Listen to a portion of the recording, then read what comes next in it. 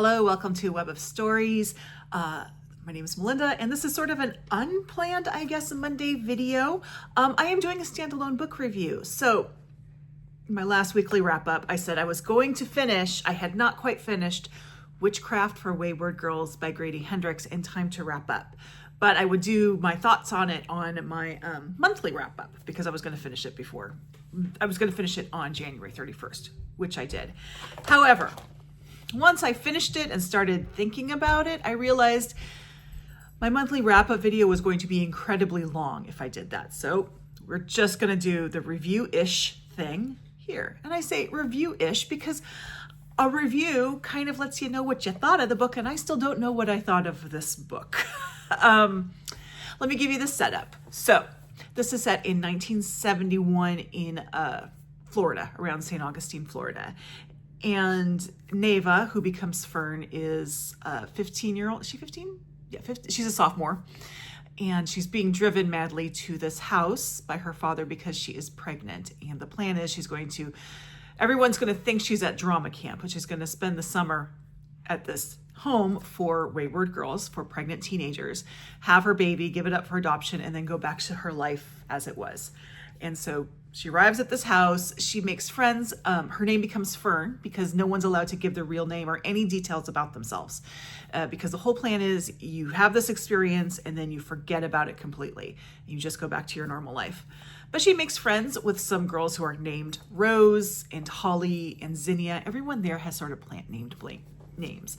And they have their situations and things are not great. This is not a great place to be.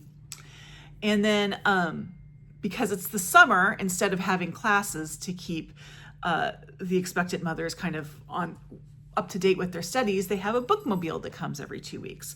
So the bookmobile comes, and the librarian who runs the bookmobile is very kind to Fern and gives her a special book.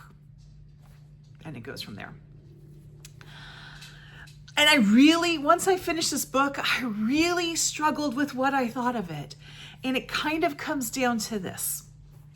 This is the third Grady Hendrix book I've read. And when I read Grady Hendrix, I expect certain things. I expect, your sort of heart thumping, kind of a little bit cheesy, but really adrenaline fueled horror with some humor, all that. You don't get that here. I didn't get what I wanted from a Grady Hendrix book in this. What I got instead was a book that I probably wouldn't even consider horror. I would consider historical fiction with fantastical elements. But if I had been given this book and not known who Grady Hendrix was or not known who the author was, I probably would have really liked this book. So it is really a case of expectations. As I said, this is not your normal Grady Hendrix book. And if you're looking for your normal experience with a normal Grady Hendrix book, read something else by him because this is not it. This book is, as I said, it doesn't feel like horror. For one thing, the horror element, the bookmobile librarian lady, who's a witch. That's not a spoiler. It's called Witchcraft for Wayward Girls, right? She doesn't show up for quite a while. So you have a really long period of exposition in this book, which is unlike Grady Hendrix. Grady Hendrix is usually just sets the scene and then boom, you're into it. But when we get there, by that point that the fantastical element is brought in, we're already involved in these girls' lives. And they are girls. I'm going to use the term girls. The oldest one is 17. The point is that they are not old enough to have a say over their body.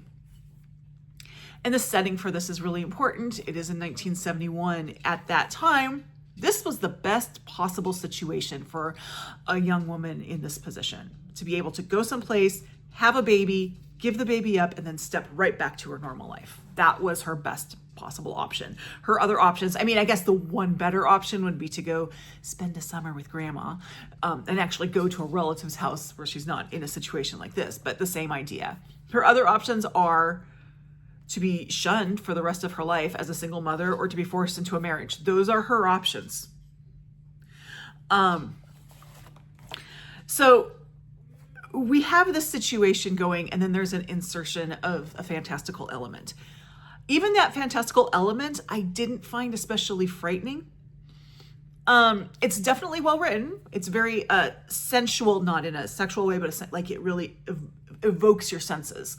Reading it, it sucks you in, but it's not ever frightening. I also felt like the conclusion of the story was sort of a foregone, we knew it was going to happen. It was a foregone conclusion.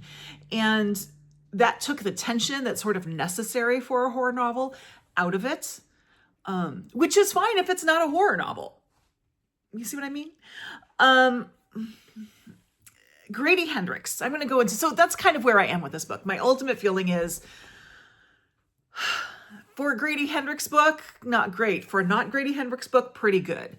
In fact, I really altered, is this a 4-star or a 3-star book as far as my star ratings go?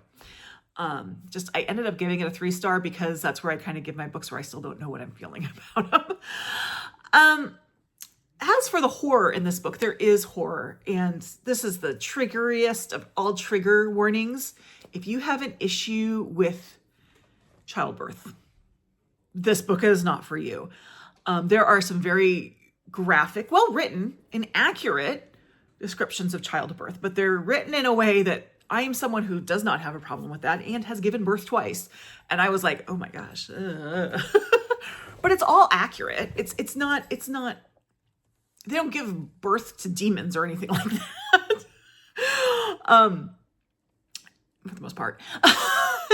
It's accurate. It's just graphic, but graphic in I wouldn't say in a salacious way. But if you have problems with that, you are going to have, this is not going to be the book for you. So the real horror are the birth stories. But more of that is the situation that these girls are in, the way they're treated at this home and the way they're treated when they give birth. It is horrific. Horrific. There's no way around that. And Grady Hendrix, and I've always felt this way, and this holds true with this book. For a dude, writes women especially well.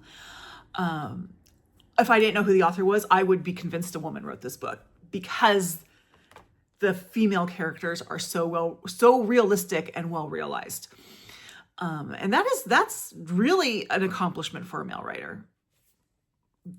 That's just it, especially in this situation where you're dealing with a exclusively female situation. Pregnancy, men can't be pregnant. Well, biological men can't be pregnant. It's just, you have to have a uterus. It's just the way it is. And this is not a position Grady Hendrix could ever be in, and he is still able to write it very well. The characters of the girls, so there are a lot of girls in this house, and we do focus on 4. But even the other ones who you can't really keep straight because they're all flowers, they're all named after flowers, but they are all distinct in their way. The woman who runs it is a layered character, a layered enough character for that I can't, she's a villain, but she's also not a villain sort of thing. There are other adults in this situation that, are they villains? Are they not? I don't know.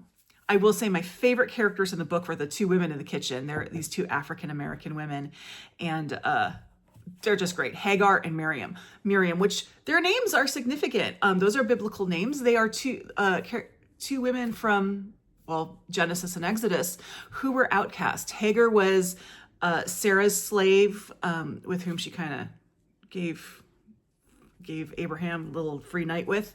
And then when Hagar was pregnant, she got kicked out. And then Miriam was Moses' sister. So she was one of the Hebrews who did the Exodus out of Egypt. So they're very much on the outside, and that's very intentional. So I really liked the book for all that. The problem was I just went to this book with completely different expectations. And I still feel like if I read a Grady Hendrix book, I want column A, and this was in column B. Does that make sense? I would recommend this book if you're able to kind of separate this out and say, this is Grady Hendrix doing a different thing. Now, here's another thing I want to say. I recently read, in the past year, The Mighty Red by Louise Erdrich. And my feeling on that was, you know, it's not the best Louise Erdrich, but it's still better than a lot of fiction. That's not the case here. It's not a good or bad sort of thing. It's just Grady Hendrix is known for something, and then he wrote something completely different. And he did a really good job with it in a lot of ways. It's just not what I wanted. If you've never read Grady Hendrix, but you want to read Grady Hendrix, I would take care with starting this one because it's going to set you up for inaccurate expectations. If you don't ever plan to read Grady Hendrix again, then great. This is a great book to read. If you have read Grady Hendrix, temper your expectations. That's what I would say. Because this isn't the book you think you're going to get. There was one thing that probably kept this, if I were to go into column B of this is like, let's put Grady Hendrix aside and just look at the book, not as a horror novel, that probably kept it from being a 5-star. And it's a little thing, but it irritated me. And as I said, as a dude, Grady Hendrix does women very well. But there was one, and he really understood pregnancy in this. Like, pregnancy was very accurate. And childbirth, all that was very accurate, except for this one thing. And that's this idea that due dates are absolute. And it was important in that it sort of set up the framework for some of the timing in the book. And it drove me crazy because anyone who's ever been in the realm of a pregnancy knows that due dates are not absolute. Both of my children were born 3 weeks early and completely, they were healthy size, healthy APGAR, everything was normal. 3 weeks early. It was really a surprise the first time. That's a whole other story. We won't get into it. Second time wasn't so much because my doctor said, yeah, it's probably going to be early because the first one was early. But the due dates are not a science. They are not an absolute. It was necessary, I think, to kind of time some things out on it, but it drove me crazy the way it was because the people who were acting like due dates were absolute were people who should know better.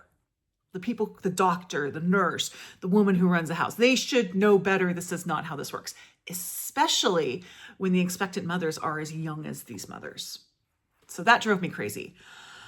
And then my final point, and this is 5 stars for Grady Hendrix. This book is set in 1971. He does a really great sense of time in a lot of ways. Like he talks about the different ways childbirth was handled.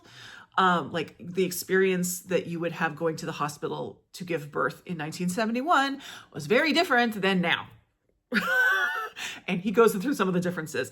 These pregnant girls in the house are sitting around smoking all the time. Like, okay, that's not a thing now, but here's where it is really important. And this is at the end of the book, but not at all a spoiler. Not because it's not even really part of the story. I mean, it's written in, but it's kind of a point. It's not part of the story. 1971 was 2 years before Roe versus Wade.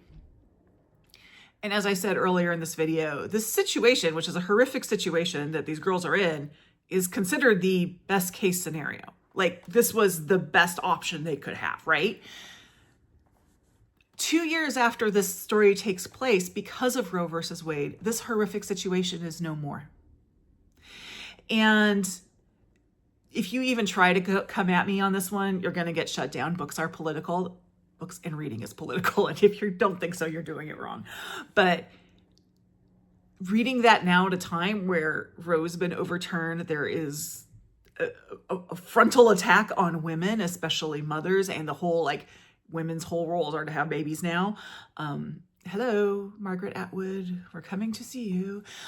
That was very important. I think that if that point had not been made at the end of the book, this still would have been a great book.